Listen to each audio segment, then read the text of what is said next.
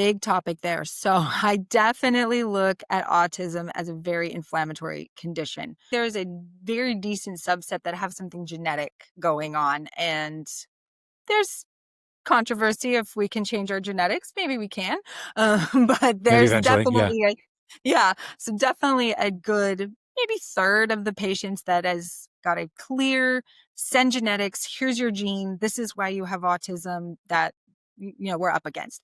But vast majority are inflamed. So I'll do a very similar inflammatory workup that I'll do even on my PANS PANDAS Sure. patients Sure. and see tons of inflammation, tons of gut issues, Right. tons of mitochondrial issues. It's a beast. It's a beast. And I would love for somebody to tell me why there's so many kids coming to see me I know so many neurologists, and it is the number one referring diagnosis now.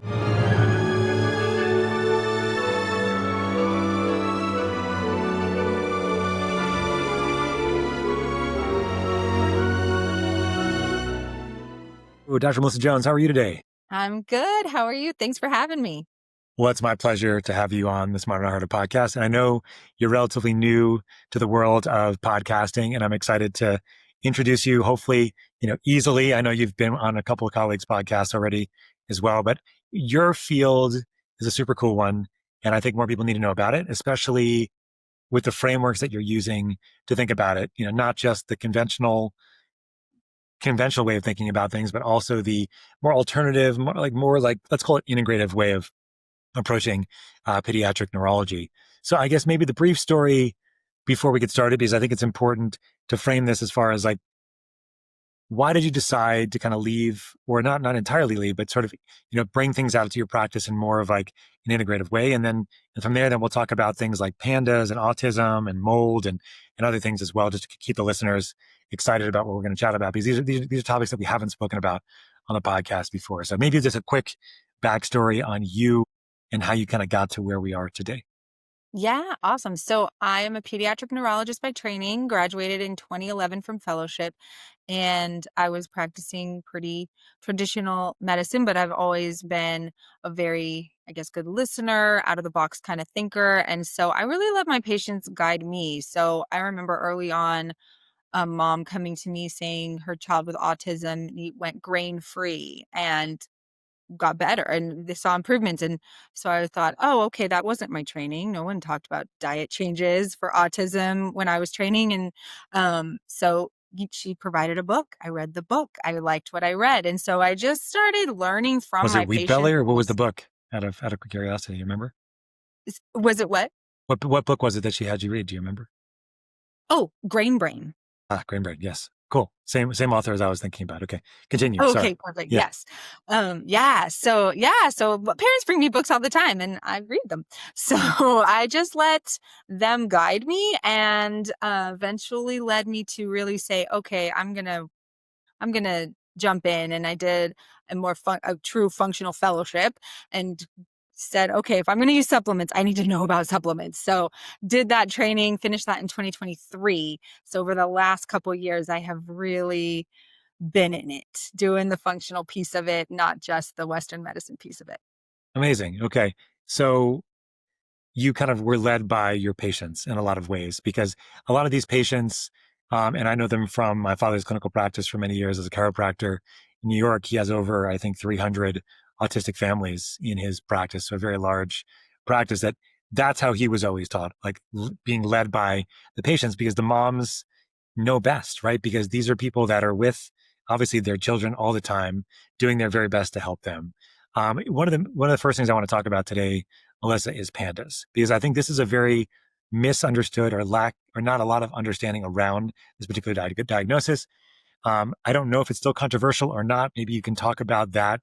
But if you can talk about what pandas is, how it typically presents, your thoughts about it, maybe we'll start there, and then we'll kind of go from there to talk about frameworks and how to address it and how to understand it from a functional perspective. Yes, absolutely. So PANDAS stands for Pediatric Autoimmune Neuropsychiatric Disorder Associated with Strep. way too long a name. They're going to change it. My understanding is they're going to change it to autoimmune encephalitis of the basal ganglia. So that's going to make it a little bit, it's going to make it more medical, which is going to legitimize it more, but a little Yeah. easier to say maybe. Although pandas is cute. I joke all the time. I have my panda bear clinic. So, and then there's PANS, which is pediatric acute onset neuropsychiatric syndrome. Kind of two names for the same thing. Pandas is very strep specific. That was the original diagnosis. Yeah. And then we realized over the last 10 years or so, oh, other bugs like mycoplasma or viruses or mold, like other things can cause similar conditions. So now we kind of say PANS pandas, using it together. And I think all of it will be replaced by autoimmune encephalitis of the basal ganglia in the near future. So basically, you have the traditional story is you have a neurotypical child who wakes up one day and has sudden onset of OCD or restricted eating and terrible anxiety, personality changes, irritability, anger. There might be some bedwetting and sleep changes, lots of symptoms, but it's very obvious when you have like the textbook kid, which not all are, but yeah. So you see this sudden change, and what happens traditionally, you go to the pediatrician, they say, oh, well, you got to get OCD sometime, right? Like psychiatric disorders start on the day. So they go see psych and they get on all their meds. But now I'm hoping that the information is out there more and more, especially to the pediatricians and the psychiatrists in the community, where they can say, wait a minute, hold on, let's look for infections, let's look for inflammatory markers, because maybe this kid is sick. Because, oh my goodness, when you start them on antibiotics, especially if you can get it really early and not like 2 years into it, it's amazing. I mean, parents are calling me 2 to 4 weeks later, like, I have my kid back. I mean, it's a lifetime movie story. It's so cool.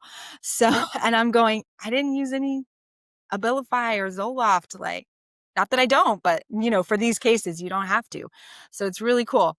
And then we get the more nuanced cases of, okay, well, antibiotics fixed maybe part of the problem, but now is there other issues going on like mold or Lyme? And so it does get complicated. And I think this is where a lot of doctors kind of throw their hands up like, oh, I don't want to think about it. And, Yeah. if it's strep, they're like, okay, I can handle strep. But for some of the other things, they get nervous or they don't have the training. We don't have the training and they Sure. just walk.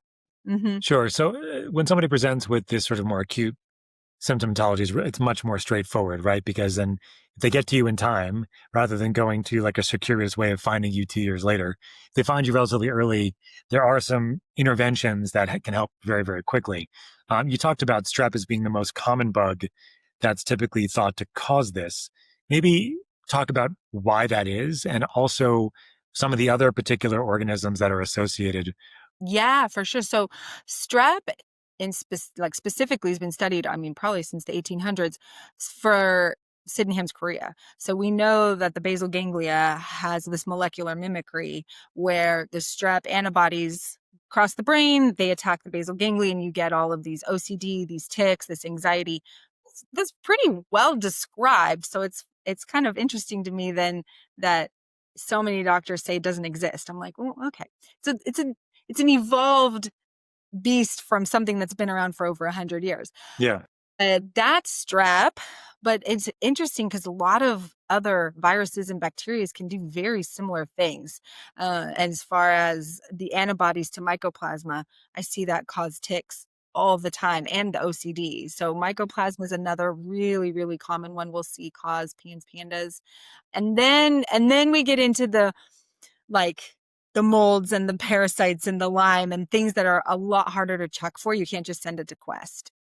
But these are often things that you find as associated as etiology, though. You're talking about like chronic mold or acute mold exposure, Lyme disease. What else are you seeing as far as common inciting events? Are those the two most common outside of strep and other viruses? Or Yeah, I think the flu virus is a pretty big one. That being said, it's really hard because it doesn't happen the day you get the flu. So it's usually like 2 to 4 weeks later. So okay, same thing. I mean, viruses are what what they say kids get 11 viruses a year. So viruses are so all the time. They're just so much harder to track down. So if I ask a family, well, were they sick in the last 2 to 4 weeks? Like, yeah, we're always sick, so that just gets versus strep is so, yeah, we had to go get antibiotics. We were really, really sick. So that is, viruses are very challenging, but I've seen that cause it too. Got it. So we have viruses, we have Lyme, we have mold. And so when somebody presents as somebody would come in and with these kinds of presentations, what is your conventional workup and what is the alternative workup that you typically would give, or the integrative workup as you would call it, for somebody coming Yeah. in? Yeah. So I check a huge panel of labs, which is traditional Quest diagnostic or LabCorp, pick your lab, uh, labs, looking at your strep titers, looking at mycoplasma. I also check, because I do have my functional background now, I check a lot of vitamins and minerals. I'm checking just overall health of, immune. Uh, what am I trying to say here? Immunoglobulins Sure, and sure, yeah, the cytokines. Just kind sure. of basic stuff. How healthy are you? And do we see anything just right off the bat? Because if your strep and your mycoplasma come back stone cold normal, but your inflammatory markers are off the chart, then we get to the second part of your question, like, what else do you order? And then I'm thinking of urine tests for mold. I'm looking at comprehensive stool testing for the microbiome and parasites and whatnot, looking at Lyme and Bartonella testing. So then I'll kind of go down that rabbit hole. Unless I have a very motivated family, in which case we do it all on day one. But Got that's it. kind of how I'll do it. Yeah. Got it. So you have like a stepwise progression here for people, which makes a lot of sense, right? Because you don't want to, have somebody spend a lot of money without, if you kind of have a good sense of maybe what might be the first tier of testing versus the second tier of testing, right? So once you find the diagnosis, say it's more like not a conventional, straightforward one, like it's not like Yeah. strep or mycoplasma, so you can give antimicrobials. Like, what is your, like if somebody has Lyme or mold, like how do you think about remediating that, or how do you address that in a child typically? Yep. Step one is getting out of the mold. So we got to figure out where it is. Is it the house? Is it their school? What's the environment? That's a huge challenge, and it's very cost exorbitant. I mean, I feel for some of these families where they find, especially in Houston, we'll find mold behind every wall. And you really want to have a good sense that this is the problem before you start saying, yeah, spend 20, 30, 40, 50, 100 grand on a remediation. Yes, so we do, like, the urine testing, we kind of prove, like, the inflammatory markers are high, there's tons of mold in the urine, do testing of the house, get them out of the house or remediate the house, and then I do binders. Polystyrene is with the Shoemaker protocol, Yep. pretty standard, Yeah. yeah, for mold, and if I have a kid that can't handle it or maybe wants to do a little more natural approach, well, there's tons of over-the-counter binders with zeolite and activated charcoal and whatnot that we'll use as well.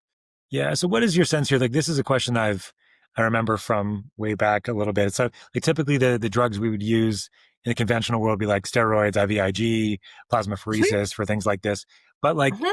how do you balance the use of these things with also addressing sort of the root, reason why? So if it's, infections, if it's toxins in their environment, if it's mold, how do you Mhm. typically navigate? I'm sure it's very individualized, with each patient, but do you have like a sense of, do you need to downregulate the immune system immediately? Or is it typically something where you try to focus on building up the foundation first and then hopefully things kind of get better on the top end as a result of doing that? Or do you have a typical approach Yeah. there? Yeah, great question, because it is very individualized. If I have a child come in with unbelievable OCD, can't function, can't go to school, I'm typically gonna hit that a little bit harder with steroids or maybe scheduled Motrin, something that in theory we would go, "Oh, that's not, quote, good for us," right? Like, that's not Right. natural. That's the opposite of your functional approach, but at the same time, it works and it gets the kid functioning again. Same thing with antimicrobials. Right. Right. These are the things we gotta do to Yeah. get the kid functioning again. If it's I always approach it as before we go to IVIG, and this might change as we learn more and more about IVIG and its role in PANS PANDAS, but I approach it as we have got to kill the organism. So you've got to kill the Lyme, you've got to kill the mold or get rid of the mold, kill the strep, kill the mycoplasma before you try to go in and reset the immune system. Because if there's Otherwise, active yeah. strep Yeah. and you do IVIG, that might help a little bit. It's, messing with the immune system, which is great potentially, but then the strep's going to grow right back. The Lyme's going to come right back. So I tend to err on the side of really focusing on treating whatever it is we find. And then if we get down the road where, okay, I feel pretty confident we've killed the strep, but there's still antibodies are 1,000, like the immune system is just off the charts, Yeah, yeah. then I'll start to look into the IVIG. Plasmapheresis is amazing. Like that's in all the algorithms. I don't have anywhere in Houston that will do it. So if I Mm, get to a point where I'm even thinking, oh man, nothing's working, we got to do plasmapheresis, unfortunately, at least here, patients would have to travel. right. Got it. So you don't have that option over there. Gotcha. So that makes a lot of sense, right? You want to you want to address the sort of the cause, the infection, et cetera, the mold, the Lyme, as much as you can first, because no matter what you do, if you're not working on that part and you're working on the immune system modulation part, you're gonna be like, pissing in the ocean, as I like to say. There's very Yeah. little you can do over the long term. Um, do you find that from a presentation perspective, you mentioned this briefly in your comments by email to me before we started, but like you're saying this, pediatric disease, but or is it? So tell me what you mean by that. Mhm. Oh yeah. So, Mm, yeah. so I have had a lot of parents over the years go, "Hey, can you see me? I've had OCD since I was 12." And I'm like, "Sure." Now I feel a little bit more confident in seeing adults. And I will check labs and they have really high strep titers or mycoplasma. And I'm going, "What is happening?" So that's really hard because there is no acute onset, right? Like they've had it for 20, 30 Sure. years potentially. But I am seeing success stories of even treating parents, I call them parents, older adults that have had similar symptoms for a long time. And we do the testing, they're super inflamed and they see positive results. It's harder. Even in a 12-year-old, if you've had symptoms since you were 6, the longer you've had it, the harder it is to kick. So that's the role Yeah. of disease, right? But Yeah. still seeing positives, so it's kind of cool. Yeah. I mean, in that capacity, right? We talk about this a lot. Longer you've had something, the harder it is to treat. Like, do you think that's because there's more of an autoimmune component to that point, and there's less sort of overall infection or like specific to address on that side, or what do you think is the issue here in this case? I can see it go so many ways. I definitely feel there's an autoimmune piece to it. I feel like inflammation, similar to where you would think of as like this long haul COVID, like the Yeah. cytokine storms that Yeah. happen, like things just the train goes down the track and you can't stop it anymore. But I also think, especially when we're dealing with neuropsychiatric things, you've lived your life with OCD. You've trained your brain, if you will, to have all of these issues. You don't know what it's even like to to not have OCD, Yeah. and medicine's never worked. That's always the story I'll hear. And so I think that becomes your personality, becomes who you are. So I think that also gets really hard to fix. Versus if you remember being calm and stable 2 weeks ago, Of it's course. not that hard to come back from that. So, Right. Yeah. yeah, I think there's just a lot of pieces to it that we'll Yeah. hopefully find out over the next 10 years. I wonder, I don't know if this is being used yet in kids or not, but like in adults that have chronic complex medical illness, oftentimes I have a lot of my colleagues or several of my colleagues that are using things like ketamine as a Mm, way to help with resetting that sort of psychological associations with a disease or trauma or these kids are going in and out of hospitals and things like that. Like that's a big deal. Like, are there any kind of advanced therapies or cutting edge things that are working on the neuropsychological side of things for these kids at the same yeah, time? no, that's great. We use ketamine for kids too. Oh, I you have do? several patients. Yeah.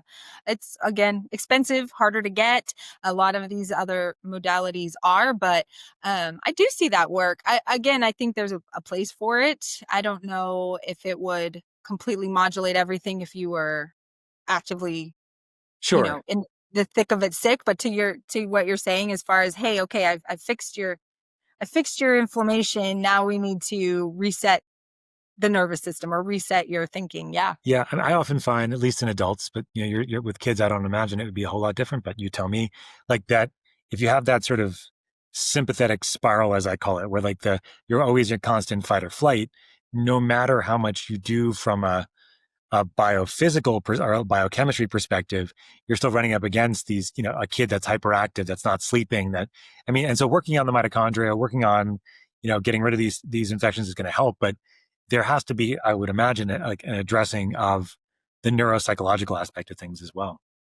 Yeah, and to your point, I often not again, my love is not psychiatric medications, but there's a role for some of that where Yeah, it's yeah. like Okay. we're going to be dealing with this OCD for the next however long while we're treating your PANS pandas, and we need a little bit of Zoloft to take the edge off, or propranolol is great for fight or flight, like Yeah. something like that, Yeah. just Ronald's to great. Yeah. Yeah. calm it Yeah. Yeah. calm it down so we can get where we need to be Yeah. and not train the brain as much, if that makes sense, that Yeah. No, we're I get that. living in Yeah. fight or flight. Yeah. Yeah. Just trying to get out of that. I mean, from a ketamine perspective, what have you seen just out of curiosity? Any particular stories or things you can remember? Yeah, I like ketamine. I think the biggest thing I've seen though is it's short-lived. So Short lived. Okay. yeah, like Okay. have amazing stories of patients feeling very regulated and then it wears off. Okay. So at the cost that it is, at least in Houston, it is hard Yeah. to continue that, but I definitely see it work. Yeah, I see these relapses and wearing off effects. So Understood. Okay. Well, that's very helpful. So that, overall, the sort of meta here is that like pandas is, a multifactorial sort of presentation. It can happen in kids, it can happen in adults. In the presentation, usually you get infected. This sort of presents in kids, maybe not be recognized. There's tons of potential inciting factors, and like having a very holistic way of approaching it as you do could be very, very beneficial. When it comes to let's go with autism for a minute, because yes. I know you mentioned before we started recording that more and more families were coming to see you with kids with autistic spectrum. What is your approach now from an etiology perspective? What are your thoughts there? Are there some defined things that you've realized over time that absolutely contribite? And Mhm. then from there, maybe your framework of how you kind of work it up. And I guess that kind of all Yeah. goes together. Yeah, big topic there. So I definitely look at autism as a very inflammatory condition. I take that back. I feel like there is a very decent subset that have something genetic going on. And there's controversy if we can change our genetics. Maybe we can. But Maybe there's eventually. Yeah. definitely yeah. So definitely a good maybe third of the patients that has got a clear send genetics. Here's your gene. This is why you have autism that we're up against. But vast majority are inflamed. So I'll do a very similar inflammatory workup that I'll do even on my PANS pandas Sure. patients and Sure. see tons of inflammation, tons of gut issues, Right. tons of mitochondrial issues. It's a beast. It's a beast. And I would love for somebody to tell me why there's so many kids coming to see me I mean, I know so many neurologists, and it is the number one referring diagnosis now. Whereas 15 years ago, migraines, seizures, some tics, which now I view as PANS pandas, but that was a pretty big one. Tics, migraines, and epilepsy were so common. And now it's autism, or autism plus. I have seizures and I have autism. I have this and I have autism. And I'm going, oh my gosh, like, does everyone have autism now? Yeah. So do you think it's one diagnosis? Do you think it's one thing, or do you think it's multiple different things, all sort of given the same time, same terminology or same diagnosis, same Yeah. name? Well, there's clearly a spectrum. Right. So it a little bit irked me when they changed the DSM-5 to bring in like the Asperger's Yep. into the Yeah. Yeah. autism world, Yep. because that's very different. If you have a patient with autism, with Asperger's or high functioning autism, and not to minimize their challenges, because oh my goodness, Totally. yes, Yeah. challenges, but they're verbal and they are maybe have a normal IQ or a high IQ versus a nonverbal autistic patient is just a very different patient. Of So course. Yeah. there is some spread there that's different. But if you were to just kind of look at them as a whole, I still see a ton of inflammation Right. presenting in different Different ways. ways. So you said initially around gut inflammation. Is that one of the sort of like the common denominators that you see for almost everybody that has this diagnosis? I mean, there's been controversy around this, right? Because there were some studies that were pulled from a number of journals a number of years ago related to vaccines, and we don't have to get into that part, but like in the sense of what is your sense? Like, I guess, and then with that sort of question is, or that idea is, when you optimize the gut, like how do you typically approach this in a kid? What's your Yeah. perspective? Oh my gosh. And it depends on the kid Of because I'll course. have some autistic patients who will they'll take whatever I give them. Yay. Of course. And Yeah. others Not who that have, many, I'm sure.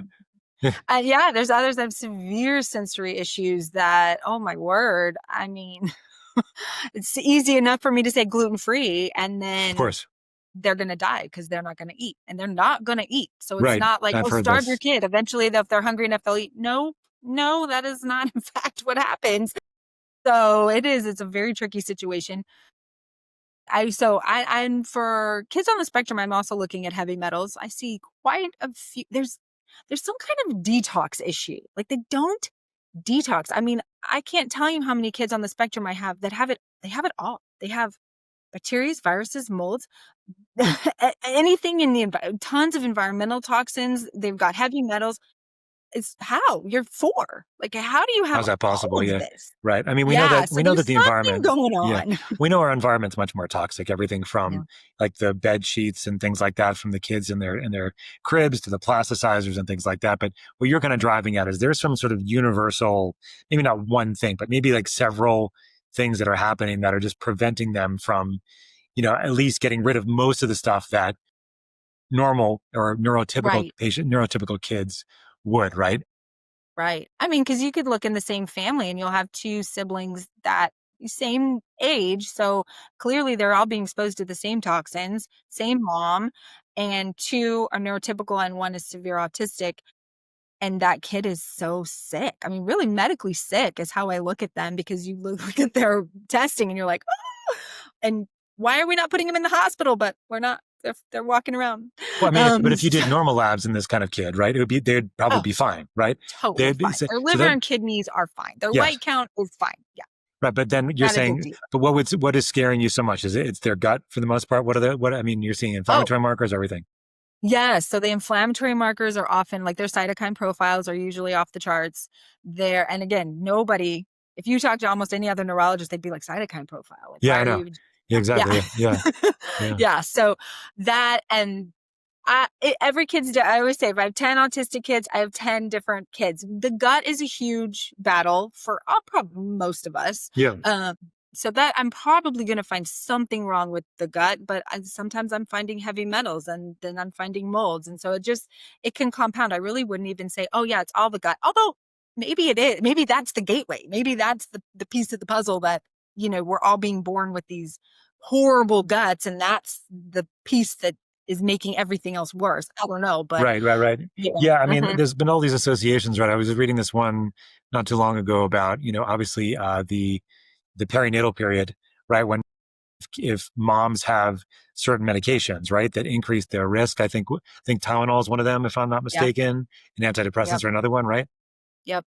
Yeah, It's so scary. I know, but I took Tylenol while I was pregnant with my 2 girls. It's like, why? What's the threshold? Why is this causing autism in some and not others? yeah, and then this kind of goes back to what you said with sort of genetics, detoxification capacity. Well, my dad always talks about my father, Dr. Ellen Sherr. Like he always talks about like your like a threshold, right? Like everybody has their own threshold. I have a friend here in Colorado, Dr. Joe Carnahan, who's been on the podcast. She's a really smart lady. She calls it your bucket, your toxic Yeah. bucket. Yes. And some people have smaller buckets, and then once they fill over, things kind of go down the cliff. And then other people have larger buckets. Like if everybody in your family lived until they were 105, you probably have a larger toxic bucket than everybody who died when they were Yeah. 40 years old. So, Yeah. and there's definitely some genetic predispositions here. So maybe if there's can you think of any sort of save stories in this world that you're like, wow, we had this autistic kid come in or a family and like we did X, Y, Z, maybe like take us through a workup, um, maybe like normal labs and then cytokines are crazy. And then like, I think that'd be kind of a fun and cool way to kind of think Gosh, about this in I real have a time. lot of those. I'm sure you do. I think Yeah. I think my favorite actually is a child that was on the spectrum who then developed PANS PANDAS, which is very challenging to diagnose when you already have a kid that's on the spectrum. Yes. There was a clear change, and he became nonverbal. So he was delayed, but lost it all, and he was over the age of 10. So he was far too old to have lost verbal skills. And so the parents knew something was terribly wrong. And also just completely went into his own world. And the family has videos of how he was acting, a year earlier. And yes, challenges, but very interactive comparatively, just completely went into his own world and was nonverbal.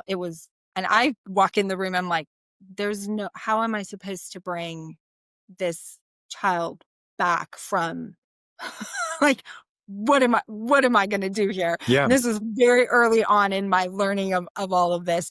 But he was a very motivated, uh, it was a very motivated family. sure. And so we found the toxins. We went hunting and we found mold and all kinds of gut issues. And they were motivated. They went gluten-free and dairy-free. And they did all the detox regimens you could think of. And just slowly, it was amazing. Just slowly came back. And it took months. And so I always say that too. Like everybody wants a quick fix, right? And we live in this microwave society where we're like, here's your pill and there you go, you get better. But when we're dealing with autism, there's very rarely a quick fix. And so it took probably a total of 2 years of doing all this, but seeing that slow, steady, and he had become really aggressive and was on antipsychotics. We were able to take him off all prescription medications. Amazing. Yeah. And it was unbelievable, career changer really, because this completely regressive, nonverbal, autistic child who anybody else would have said, well, you were autistic to begin with. So this happens. I don't know. Like I think that's what anybody else would have said. And we just went through this pathway. And I mean, literally he's in high school now, completely verbal, completely interactive, swimming. I mean, he's just this Very cool. adorable, wonderfully functioning person that I'm going, what? How did mold and toxins do that? Right. It's cool. Right.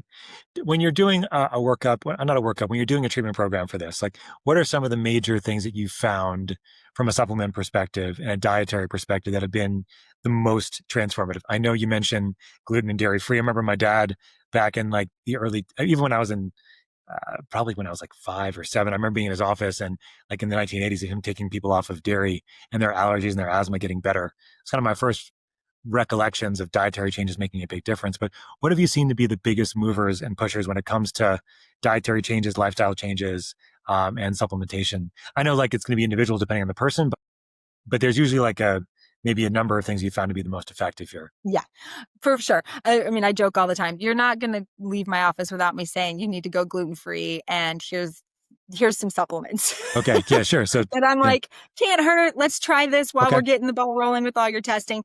So I do something for mitochondrial support. Depends on the age. If it's an autistic kiddo, that'll do like Spectrum Knees, which is the powder that's Okay. got a lot of good mitochondrial support in there. But Do, there's a lot of variations on that. do you know what it has in Uh, there out of curiosity? What's in the it, mitochondrial support?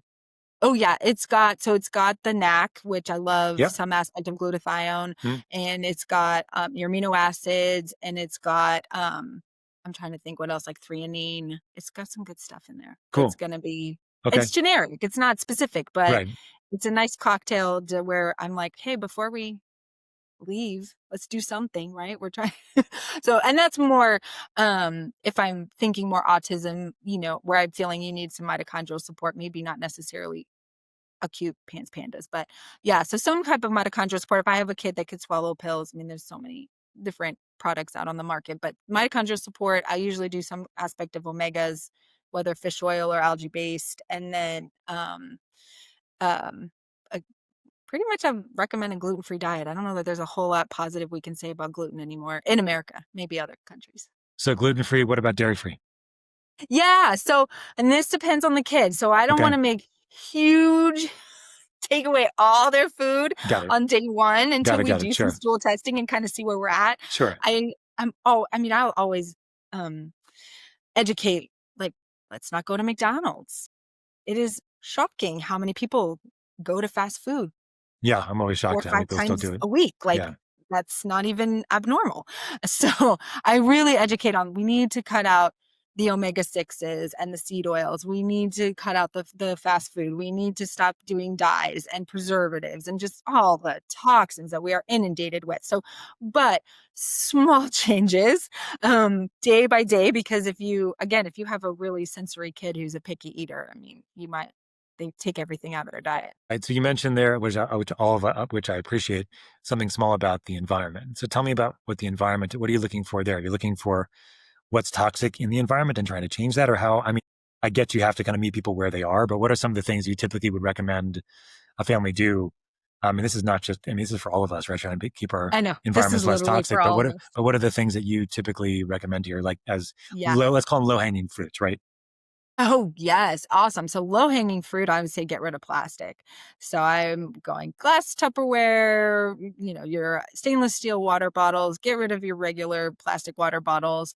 And I think of anything that's going to hold food or drink and utensils and plates and all that fun stuff. Gotcha. You can Yep. get bamboo, you can get stainless steel. There's so many choices. So I try to say, really focus on removing the plastics where we can. Although then this latest article I just read said, well, glass bottles have plastic in them now, so we can't win. But Yeah. Although that particular article was talking about some glass bottles that had plastic in the actual caps, and it was actually yeah, the plastic cap that was doing it. So just for clarity, yeah, I know which but article you're yes, talking about. Yeah. very overwhelming though when you're like, really? Okay, Yeah, great. I know. Try. I talked a bit about this with my wife all the time. There's only so much, you can do, right? It's very difficult. Like even finding a toothbrush that's not made of plastic is very difficult to Mhm. do these days, especially if you want like a fast one, right? Or like, do you want to have fluoride in your toothpaste or not? And like, anyway, the decisions are Yeah. endless, and I get that. Yes. But it sounds like you try to give them basic lifestyle advice, and then Yeah, you like dial let's it in try to from eat there. more organic. Let's try to Yeah, avoid the fast foods and the preservatives. And these are things we're in control of to try to change. We're not in control of air pollution. We have to go outside and breathe. I want you to go outside and breathe and yes, see the sun and breathe the quote fresh air, not in Houston, but right, breathe right. the air. So, Or get some, but yeah, it is, I can't control that. So we have to, what we can control as far as what we're eating on, what we're drinking from. I love reverse osmosis water. sure, So I'm often sure. recommending, there's tons of arsenic in our Houston water supply. I'm like, let's Got to just filter nip it. that Yeah, in the bud. They're yeah. not that expensive. Yeah, So yeah, I agree.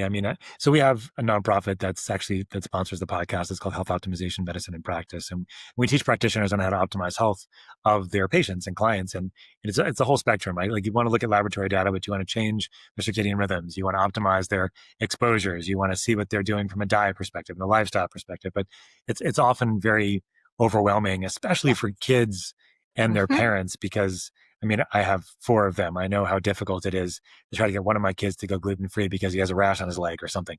And so it can be intense.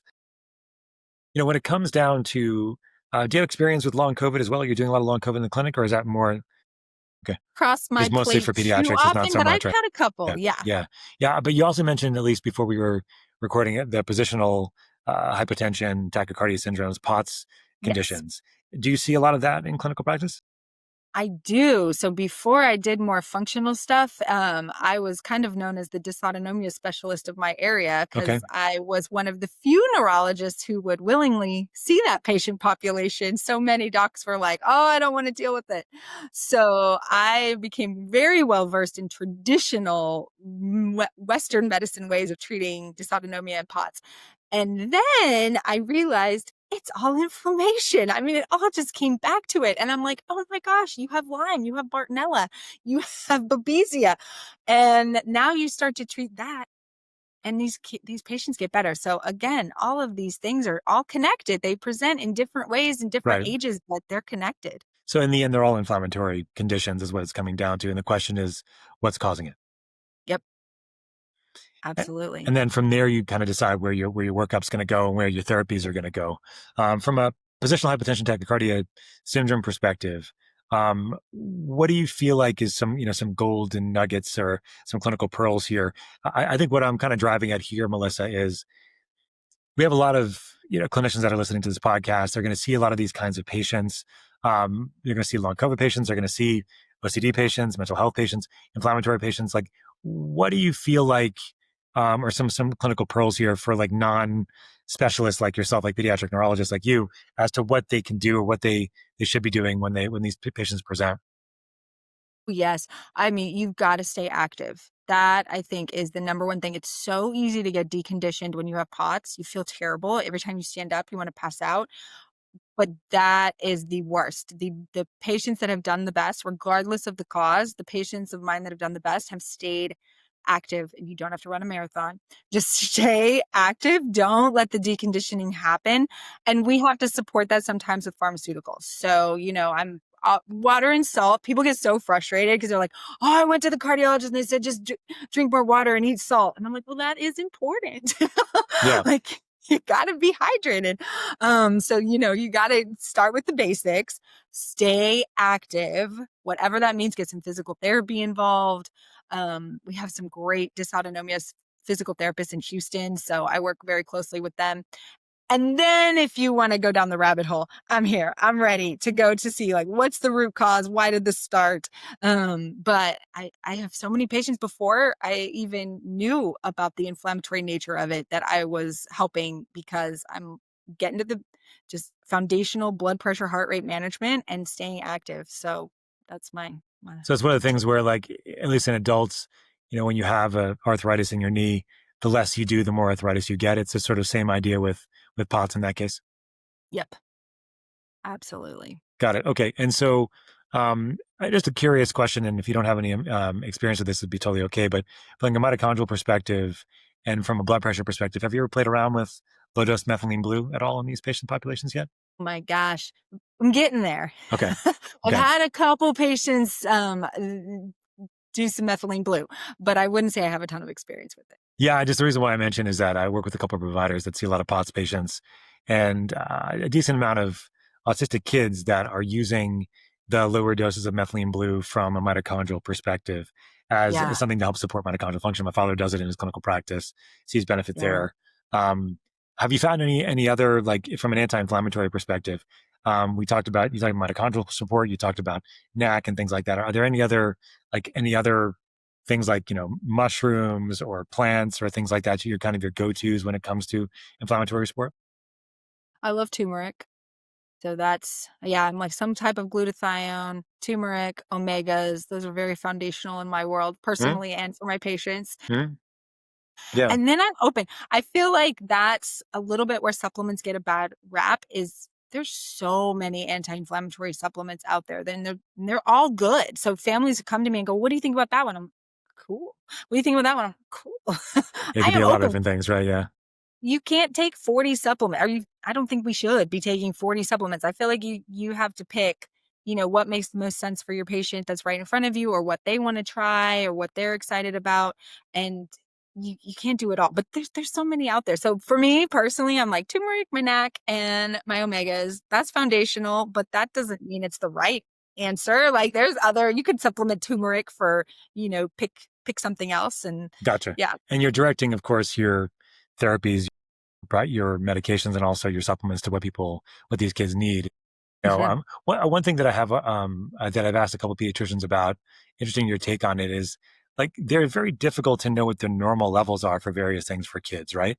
Because most of these laboratory tests were done on adults. I mean, sometimes it's obvious, I guess, if you have mold to the cabillions, then it is mold, right? But like, how do you typically? How would you? I guess you probably learned how to do this, but how do you interpret some of the lab testing in that sort of frame, knowing that a lot of it's been done on adults and you're trying to use it on kids? Yeah, I would say honestly, there's probably not as big of a difference between kids and adults as you would Okay. maybe think. Okay. Yeah, now babies are different. Babies have very different levels. But as you get into school age and adults, yes, there's some fluctuations, especially when you're thinking about things like hemoglobin and iron levels and things like that, but not as much, especially in the cytokine world, not as much as you would think. I feel like we can use a lot of the reasonably standard levels even for my school age and above. Cool, cool. All right. Well, this has been super helpful, Melissa. I love the kind of tour de force of integrative neurology and pediatric neurology specifically. I think my real goal for having you on is to give you a platform to talk about, basically what we talk about all the time in this podcast in various ways, which is inflammation, and then how it presents and what some of the inciting factors are, and how you can work it up. And like, it's a very similar frame to working up somebody that has an adult autoimmune disease, for example, or adult long COVID and having long COVID presentation, right? Although there's obviously the sort of nuanced discussions about how you actually treat heavy metal poisoning or heavy metal overload, or how you treat mold and Lyme. And I think maybe that's for a different day, because I'm sure it's going to change depending on the person and things. But I had some rapid fire questions for you I was going to ask. These are going to be, you can keep the answers short. If you want to go longer, you can. But these are just going to be like a little bit fun, But also obviously, I think, they're appropriate for our conversations, what it comes down to. So, okay, ready for my questions? Okay, question one. If you had to ban one lab test forever because it's overused or useless, which one would it be? Oh my word. I have to ban a lab test? I love lab tests. If there's one that you always use, like for me, to give you an example, it's like almost always checking a folate level in an adult is stupid. Like, My like, gosh, a yeah, folate level is stupid. yeah, Okay. I had yeah. you know why I didn't think about it? Because I never check it. That's There hilarious. you go. So you don't check it because it's not stupid. So you There don't you check go. it. Yeah, Folate but gone. yeah, Done. You when need you're, methylated vitamin levels. Okay, yeah, can folate's you fine. get methylated vitamin levels? I No, mean, you can you get, no, can't. okay, No, we I need don't think you it. can. I mean, that Yeah. would be lovely if we can. You'd have to do a spinal tap, which is totally irrelevant. Not what That's I not going do. to work. But you can get, so you can get methylated levels of vitamins by doing a spinal tap. Yeah, you can check well, I shouldn't say methylated. You can check your cerebral folate levels, which is what everybody's worried about, right? So that's the only way it is the spinal tap. So Right. So if why would you're we, okay, go ahead. No, I was gonna say if you have MTHFR and you think, oh, okay, my folate levels are low, that doesn't mean your brain folate levels are low. And we have Sure. no idea. We It's have the no only way to idea know what's your possible. brain folate level would be to actually get a CSF folate. Yep. Are you doing any CSF testing at all for anything typically or? Yeah, I used to, and then it became not helpful. That would probably be more stuff I would ban. Okay. Well, there you go. Perfect. That's just not Because it's so helpful. invasive. So I Yeah. stopped putting kids through it. Okay. Why? I love that. That's great. Okay. Um, what is the next question? What is the craziest symptom you've seen related to PANS pandas before? Schizophrenic symptoms. Like full on schizophrenia. Yep. How old? Teenager. Wow. Okay. And then Yeah. you addressed the PANS pandas and the schizophrenic symptoms went away? Totally 100% goes away. Okay. All It's right. I crazy. know. Okay. It's so fun. It's a kind of a crazy thing. Okay. Next one. Um, what is the biggest myth about mold toxicity you wish would disappear from the internet tomorrow? Oh, yeah, so many. That I think the myth is that there's mold everywhere, so you can't fix it. That's not Okay. true. Yeah. There's something you can do about it, even though there's mold Yeah, you everywhere, can kind of thing. totally fix it, and it's not unreasonable. Pediatricians get very frustrated because they're like, "Well, everybody has mold." I'm like, "No, they don't. It's okay. We can we can we can test and we can treat, and it is a fixable problem. It's overwhelming, but Yes. Yeah. yeah." Okay. I love that. Okay. Here's one. If you had a giant billboard outside every pediatric clinic, what single message would you put on it if you could?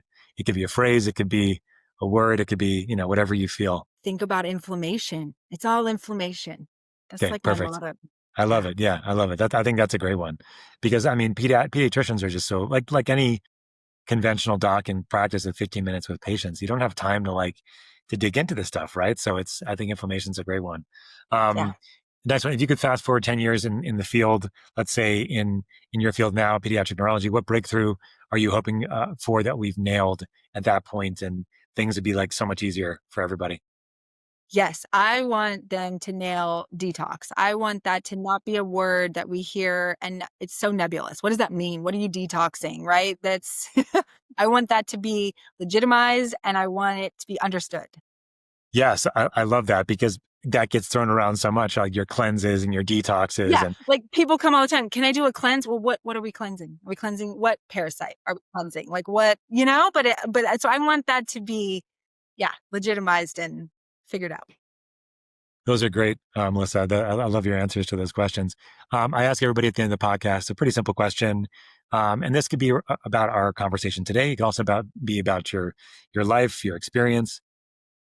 The podcast is called Smarter, Not Harder, right? So we ask all of our guests at the end, what are 3 ways that we all can live smarter, not harder in everything that we do? Any ideas? Okay, I will say positive thoughts. You are your thoughts. I will say, gluten-free diet in America. Okay, there you go. Okay, And I will say sleep is our foundation. We are okay. nothing without our sleep. So how do you prioritize sleep, Melissa? Yeah, so I've got a pretty decent sleep-wake schedule. I go to bed at the same time every night and go to sleep, and I thankfully don't have trouble falling asleep. A busy day, and then wake up at the same time every day. So I think that's a number one thing I always tell my patients as well is like, if you want to have a sleep routine, pick the exact time you go to bed every single night or very close to it, and your body and your brain will know. I call it like the Pavlovian response, having like the exact same things you do the 5 or 10 minutes before you go to bed every single night at the same time. And then as soon as you hit the pillow, typically lights out. So Melissa, Yeah. yeah, go ahead. Go ahead. No, I was just going to say, and it's funny because I was in medicine. So I was a proud 4 to 5 hour a night sleeper for a long time and thought I am stronger than sleep. Sleep's not that important. And then I realized, oh, I am slowly killing myself. So now Fun fact. for Yeah. many years now, I have prioritized my sleep and it is a game changer. So Yeah. So I had shirts with my friends in medical school. They said sleep is for quitters. Right. And yeah. so it's unfortunately that kind of culture in the United States that this is what Mhm. we emphasize is the sleep is something you do when you're dead, and that you don't need it. But emphasize to all of you listening, obviously all the practitioners know this as well, that one of the things we say at our companies, and Dr. Ted, who's one of our founders, our founder, he says your day starts when you go to bed, not when you wake up. So it's the I first thing love you do that. every day, not the last thing. And Yeah. so I still work on that, but I'm averaging more like around 7 hours of sleep a night, so I'm getting there. Maybe one day I'll get more than that, but maybe when my kids aren't as young as they are. But Melissa, thank you so much for being here. Where can people find Yes. out more about you and about your practice and potentially work with you as well if they're in the Yeah, area? so my company is all in one piece, PEACE, peace. And our website's aiopwellness.com. So you can find me online. And I'm here in Houston. Can people see you out of state, or are you just if we're in state at this point? Do you see the telemedicine kind of things? Yeah, so I had so many coming from out of state. I actually did get my license in all the Texas surrounding states, Okay. as well as Kansas and Ohio, because I went up and over. Okay. So I I dig do it. have license in about 7 states now. Okay, cool. Well, I think it sounds like you're a great resource, and I know you have a nice website with information too. So again, thank you for being here, and keep up the great work. And Thank you. and it's been a pleasure. Okay, have a great day. Thank you.